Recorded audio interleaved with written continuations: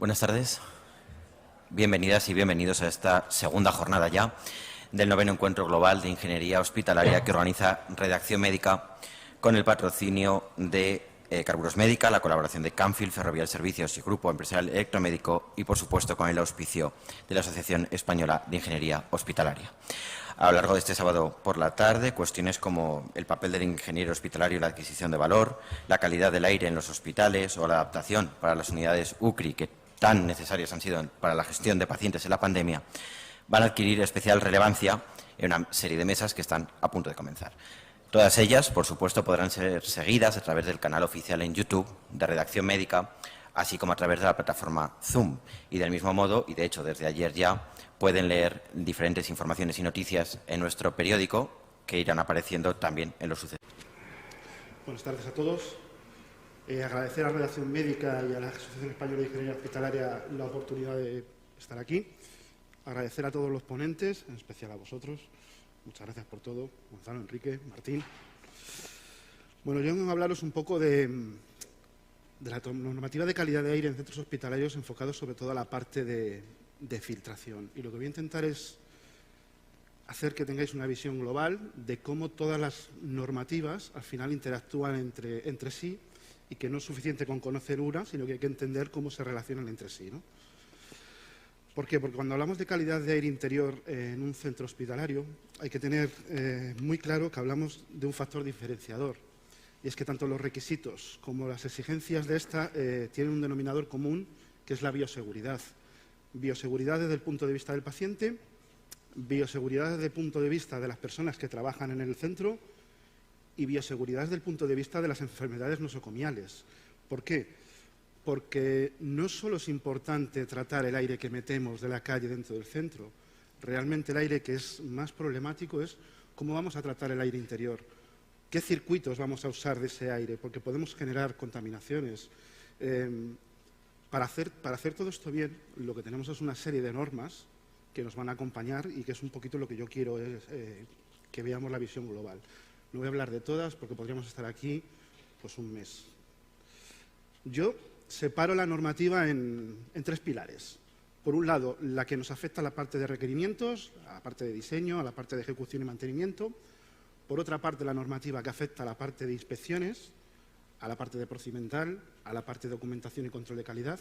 Y por otra parte, la normativa de los fabricantes, que esto parece que muchas veces se queda aparte y no, es muy importante. Y toda esta normativa, además, toda conjunta tiene una normativa asociada de eficiencia energética, es decir, tenemos que conseguir unas prestaciones, pero no vale de cualquier manera. Tenemos dos pilares fundamentales, dos apoyos, ¿no? Tenemos, por un lado, la 100.713 de 2015, que son para las zonas de ambiente controlado, y por otro lado tenemos el RITE. Y si vemos un cronograma, vemos que estas dos normas nos van a seguir en toda la fase de diseño, de ejecución, de puesta en marcha y mantenimiento, pero que a partir de puesta en marcha y de la parte de mantenimiento se nos unen más normativas, como puede ser la 171.340, y abajo os he marcado la norma 1 16798. Esta norma ha derogado a la 13779 de ventilación de edificios. Esta la voy a contar al final, ¿vale? Lo he puesto ya aparte solo para contarlo al final. La 100.713 nos va a tratar todo el tema de tratamiento de aire a nivel de tratamiento térmico, humedad relativa, distribución del aire, elementos terminales, filtración de zonas sensibles, clasificación de zonas, etcétera. Y cuando hablemos de una zona de ambiente controlado siempre la vamos a cualificar con la norma 171.340, pero para el resto de zonas tenemos que cualificarlo, según lo dice el RITE, con la norma UNE 171.330, que es la hermana de la 340, pero para las zonas que no sean de ambiente controlado. La norma 171.340-2020, ¿qué nos dice? Bueno, pues nos dice que tenemos que hacer una serie de controles periódicos. Entre ellos, uno, la puesta en marcha de la instalación. Es decir, cuando nosotros terminamos una obra, tenemos que hacer una puesta en marcha y tenemos que generar una documentación que va a ser nuestra línea base.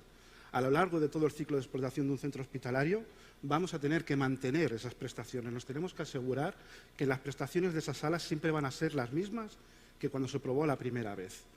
Y la norma, fijaros que nos dice ahora varias cosas. Nos dice que tenemos que realizar controles al inicio de la obra, o sea, cuando nos dan la obra, tenemos que realizar controles cuando hagamos cualquier operación de mantenimiento o hagamos un cambio de filtros y tenemos que realizar controles una vez al año. Y el uno no exime al otro, es decir, si haces un cambio de filtros en el mes 6, pues en el mes 12 te toca el control anual. Lo único que nos deja aquí con un poco de margen de maniobra es cuando hagamos una operación de mantenimiento y cambiemos unos filtros, nos dejan que nosotros seamos los que hagamos ese control interno. Si nosotros contamos con los medios para hacerlo, lo podemos hacer. Pero una cosa muy importante es la documentación. Todo este tipo de controles hay que documentarlo, pero no solo hay que documentar los procedimientos, hay que documentar también los materiales que se han empleado. Es decir, cuando hablamos de un cambio de quirófanos y hemos cambiado los filtros del climatizador y los filtros del quirófano, todo ese material tiene que estar certificado, porque cuando ese material está certificado está hecho con la idea de darnos garantías en la instalación. Esta norma se apoya mucho en la 14644. ¿Y por qué lo hace? Porque si veis la tabla de la izquierda, lo que hace es que nos dice que tenemos 5 niveles de riesgo dentro de una zona de ambiente controlado en un hospital. Y en función del nivel de riesgo, nos va a pedir que consigamos unos parámetros de higiene. Nosotros, para determinar, por ejemplo, en el contaje de partículas, que nos lo pide en parámetros ambientales, o en los parámetros de la instalación que nos pide que midamos la integridad del filtro, como la eficacia de retención del filtro EPA, nos tenemos que ir a esta tabla de la 14644 para saber, en función de la clasificación de sala, si nos piden una ISO 5, cuántas partículas de 0,3 micras podemos contener por metro cúbico de aire. Así va relacionando las normas. Esta es una norma que se utiliza muchísimo en la parte de farmacéutica, en laboratorios, o en la parte de microelectrónica. Es una norma que está muy trabajada, que tiene muchos años de experiencia y está muy testada, y la 171.340 lo que hace es beber de ella, esta parte de los procesos. Cuando tenemos una sala de un determinado tamaño, el número de muestreo que tengamos que hacer lo determina también esta norma. No podemos decir, no vengo, hago un punto de contaje y ya está. No, depende de la superficie, tendremos que hacer tantos puntos de contaje como sean necesarios. Todos los contajes que hagamos tienen que estar realizados con equipos certificados y tenemos que tener esos certificados de calibración. No vale de nada hacer una cualificación de una sala y que no guardemos el certificado de calibración del equipo. Esto lo digo sobre todo porque cuando hacemos certificaciones internas, los equipos tienen que estar totalmente calibrados y si no lo tendremos que hacer con una entidad externa. Fabricantes. ¿Por qué es importante conocer la normativa de fabricantes? Al final, cuando tenéis una sala de ambiente controlado, nosotros, como suministrador de productos, os damos filtros absolutos. Los filtros absolutos, al final, nosotros tenemos una norma de fabricación. No podemos ensayarlos como nos dé la gana, no podemos usar los materiales que nos dé la gana, tienen que ser materiales que no permitan la proliferación bacteriológica, tienen que ser materiales con una alta resistencia mecánica, pero muy baja oposición al paso del aire, tienen que ser materiales que no se desprendan, es decir, que cuando estén instalados no acaben soltando fibras, y todo eso hay una normativa que nos obliga a nosotros cómo desarrollar el producto y cómo ensayarlo, ¿vale? Os he puesto la ISO 29463 porque esta norma UNE es una norma que aplica solo a una parte, digamos a la parte de España, Europa, pero si te vas a Inglaterra, o te vas a Asia, o te vas a América, hay otro tipo de normativas. ¿Qué van a hacer? Estandarizarlo. Van a sacar una ISO y van a decir, oye, para que cada uno no determine un método de medición o llame a un filtro absoluto de una manera determinada y que todos hablemos el mismo lenguaje, van a sacar una estandarización. Y lo que van a hacer es abrir, pues en la clasificación van a salir como filtros intermedios, ¿vale? Esto se hace simplemente porque se conoce, y esto es triste decirlo, pero es así, se conoce que hay muchos fabricantes que no pasan los protocolos de verificación, y ahora os lo voy a enseñar. Esto es una forma de coger un filtro que dice es un H13 y decirle no es un H13, es un H o es un E12,5. Y si es un E12,5, este filtro ya no podrá ocupar ciertas salas. Se hace para eso, ¿vale? Para aumentar las garantías del usuario final. Y además, que para mí es lo importante de esta norma, cuando hablamos de filtros de H13 hacia arriba, la norma nos dice a los fabricantes que tenemos que desarrollar un test scanning, es decir, el filtro lo tenemos que meter en un banco de pruebas y le tenemos que hacer una serie de pasadas y todo eso hay que registrarlo en un documento que es ese, que es como el carnet de identidad del filtro, donde nosotros garantizamos al usuario final que el filtro ha sido ensayado de forma individual, o sea, es decir, cada filtro se ensaya de forma individual y que ha pasado esa prueba y tiene que tener el mismo número de serie, la eficacia del filtro, qué caudal se ha movido, cuál es la pérdida de carga y todos esos datos que están en esa ficha tienen que estar en la etiqueta del filtro. Y esto es importante por un tema de trazabilidad, Porque la 171.340 que está ahí nos dice que cuando vamos a documentar el ensayo, una de las cosas que hace falta es el certificado del filtro. Y el certificado del filtro tiene que cumplir la norma. No sirve de nada que nos den un filtro EPA que dice no, está realizado acorde a la norma N1822 y es un H13. Pues si está realizado acorde a esa norma, la norma te dice que hagas ese scanning y que se lo entregues al usuario final. Y es un scanning, ya os digo, individual. Cada uno va a tener su número de serie y es totalmente individual. Y la norma nos obliga a tener este certificado. Tenéis la obligatoriedad de pedirnos a los fabricantes que os aportemos esta documentación. Y no puede ser un certificado genérico, es individual. Cuando ya nos salimos de la parte de filtros EPA y hablamos de filtros de ventilación de general, pasa lo mismo. Hay una nueva norma, que es la norma en ISO 16890, que lo que ha hecho es derogar a la 779. Y esto lo ha hecho por varias cuestiones. Uno, porque la antigua norma tenía dos grandes deficiencias. Uno, las partículas que se medían en el ensayo eran partículas de 0,4 micras. Esto daba pie a la picaresca y a la trampa. Tú puedes hacer un filtro que se comporte muy bien para ese tamaño de partículas, pero con el resto sea un colador. Con lo cual, yo ensayaba el filtro a 0,4 micras, 90% F9. Esta norma ha dicho, no, esto es un fallo, hay que abrir mucho más el espectro de medición y vamos a empezar a medir en tres rangos. 0,3 1 micra, 0,3 2,5 y 0,3 10. Y además lo que ha hecho es coger los porcentajes de retención y equipararlos a las mediciones de calidad de aire exterior. Cuando medimos en la calle siempre hablamos de PM2,5 y PM10. Si a un usuario de la calle le dices tengo un filtro que retiene el 80% de PM2,5, ahora lo entiende. Quizás en nuestro ámbito hablar de filtros PM1 80% nos ha roto los esquemas, porque estamos muy acostumbrados a hablar de filtros F9, F8, F7, pero en realidad es una norma mucho más actual, mucho más con los tiempos que corren ahora y que es mucho más comprensible. Y además, mucho más garantista. Porque antes podías tener un filtro F9, muchos fabricantes han ensayado los filtros ahora y ese filtro se les ha quedado como un F7, porque han cambiado las formas de hacer el ensayo. Y además esta norma dice, el filtro tiene que estar certificado. Tenéis que ir a un organismo externo y tenéis que certificar tanto su eficacia como su eficiencia energética. Y todo eso tiene que estar accesible para el usuario final. ¿Quién es el organismo que hace esto? Lo hace Eurovent. Eurovent es una entidad externa que certifica a todos los fabricantes de productos de climatización, no solo los filtros.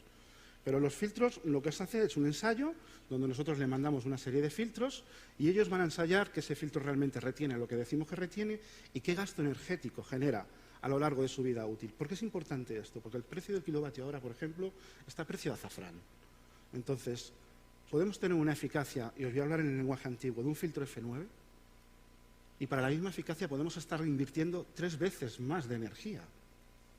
Y esto es algo a lo que no le prestamos atención. Es decir, nosotros queremos retener partículas. Sí, eso es la eficacia. Pero ¿a qué eficiencia? Nos vale todo. Es decir, la única variable que vamos a tener en consideración a la hora de adquirir un producto de este tipo va a ser el coste. No puede ser. O sea, queremos retener partículas en este nivel y además queremos gastar lo menos posible. Bueno, pues esto en la vida real realmente no se produce. Yo vengo del mundo del mantenimiento, he estado muchos años, yo he sido una persona que ha comprado por precio y con la experiencia vas aprendiendo. Te das cuenta que hay muchas más variables y que se puede evolucionar, ¿no?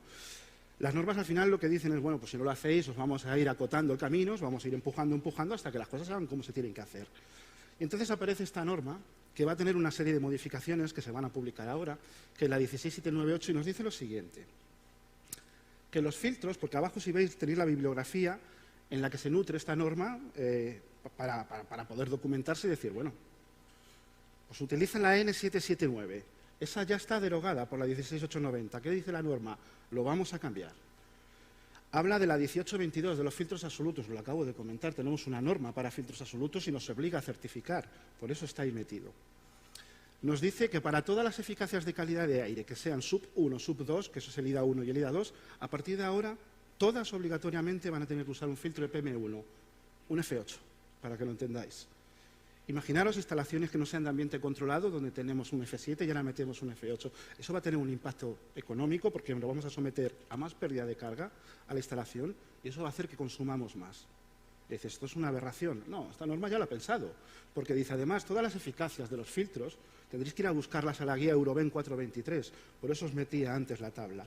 Y en esta guía lo que nos va a decir es el filtro tiene que dar este rendimiento y consumir esta energía. Y son datos que están publicados y con acceder a Eurovent los vais a poder ver. Es decir, os da la opción de que si queréis invertir dinero en pagar al de la luz, lo hagáis, pero que lo sepáis. Y si no, ese dinero lo invertáis en comprar un producto mejor que a vosotros os dé, y aquí le cojo la palabra a Alfonso con el tema del valor añadido, otro tipo de prestaciones. Y además se pone sobre la mesa dos ideas. Uno, nuevas recomendaciones para filtración molecular, es decir, el tema de los gases se van a poner mucho más serios con la filtración, porque ya nos indican en muchas normas y en el RITOI que en según qué circunstancias hay que meter un gas de carbón activo, por ejemplo, pero en la práctica no se hace en casi ningún sitio. Bueno, pues esta norma se va a poner bastante más cabezona. Se pone sobre la mesa la siguiente idea, y esto viene a través de la pandemia, que en los circuitos de aire de retorno se va a plantear la incorporación de filtros EPM1, o sea, como mínimo un F8, o incluso filtros EPA, para reducir la propagación de patógenos por vía aérea. O sea, ha quedado claro que uno de los mayores mecanismos de propagación de un virus es la transmisión aérea. ¿Qué van a hacer? Limitar esto, dotar a los sistemas de retorno de mayores medidas de seguridad para poder meter ese aire otra vez recirculado dentro de la instalación. Es muy fácil coger y decir, meto todo aire exterior a la instalación y venga a gastar energía y venga a gastar energía. Bueno, pues tiene que tener unos límites. Habrá zonas de ambiente controlado donde tengamos que hacerlo, los quirófanos, por ejemplo, pero habrá otros sitios donde podremos recircular ese aire, pero lo tendremos que hacer con las máximas garantías. Claro, aumentar las eficacias en impulsión y meter ahora estas eficacias en retorno, va a subir el gasto energético, ¿no? Pues habrá que ir a buscar material bien certificado. ¿Y esto por qué es importante? Porque la norma 16798 también nos dice esto. Cuando queréis cambiar un filtro tenéis que venir a esta otra norma, a la UNE 13053, modificada en 2021. Esta norma ha existido hace un montón de años, yo sé que mucha gente la desconoce. Los filtros hay que cambiarlos por un gradiente de presión. Lo que nos decía es que cuando vamos de un G1 a un G4 no podíamos exceder los 150 pascales. Cuando hablábamos de un M5 o un F7 no podíamos exceder los 200. Y de un F8 o un F9 no podíamos exceder los 300. Si compramos un filtro mal desarrollado que tiene una pérdida de carga inicial y hacemos caso a la norma, estamos comprando muy barato, pero en un año a lo mejor vamos a tener que cambiar los filtros 20 veces. Esto no puede ser la mecánica. Hay que darle una vuelta a todo esto, ¿no? Además, la norma ahora se va a actualizar. Nada más. A esta norma ahora lo que nos va a decir es lo siguiente. Cuando toda esta norma se actualice, nos van a decir, ya no son 150, 200 o 300 pascales. No, no. Para los prefiltros podremos añadir 50 pascales a la inicial o 3 veces la inicial, lo que nos dé más bajo. Y para el resto de filtros EPM10, 2,5 o EPM1, vamos a poder añadirle 100 pascales a inicial. Esto se hace por puro ahorro energético. Entonces, yo aquí os lanzo una idea. Todo el tema de control documental, el cambio de filtros, que cuando se plantea así, va a suponer que las máquinas ya no se van a cambiar por periodicidad. Se acabó eso del ciclo de verano de invierno. Tú vas a montar un filtro en una máquina y te va a tocar esa máquina cuando te toque. Si tenéis un parque de maquinaria de 120 climatizadores, significa que cada uno de ellos lo vais a tener que cambiar cuando le toque, que tenéis que documentar todos los filtros, que tenéis que hacer inspecciones no solo en los quirófanos, no solo en la UCI, en cualquier zona de ambiente controlado. A lo mejor interesa darle una vuelta al tema de la eficiencia energética, coger ese dinero que le estamos pagando directamente a Iberdrola, al suministrador de la luz, y decir, lo voy a invertir en que las empresas de filtración de aire evolucionen un puntito, dejen de ser suministradores y empiecen a darle ese valor añadido, eso que hablábamos de Porter, es decir, que expertos en la filtración de aire, no en el suministro de material, sino en proveer soluciones de filtración de aire, os den esto en un paquete cerrado, ¿no? Hablamos del healthcare, pues ahora hablemos de aircare, y que haya empresas profesionales que os den todo esto cerradito. Muchas gracias a todos.